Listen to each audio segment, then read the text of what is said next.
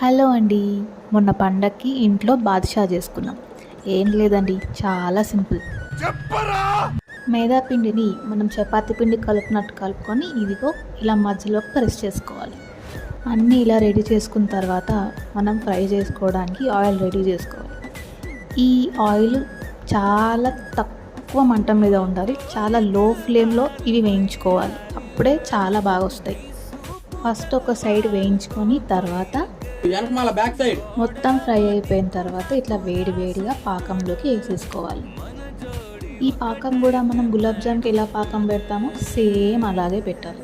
2 నిమిషాలు ఉంచి ఇట్లా డ్రై ఫ్రూట్స్తో డెకరేట్ చేసుకుంటే ఇలా సింపుల్గా ఇంట్లోనే మనం స్వీట్స్ రెడీ చేసేసుకోవచ్చు.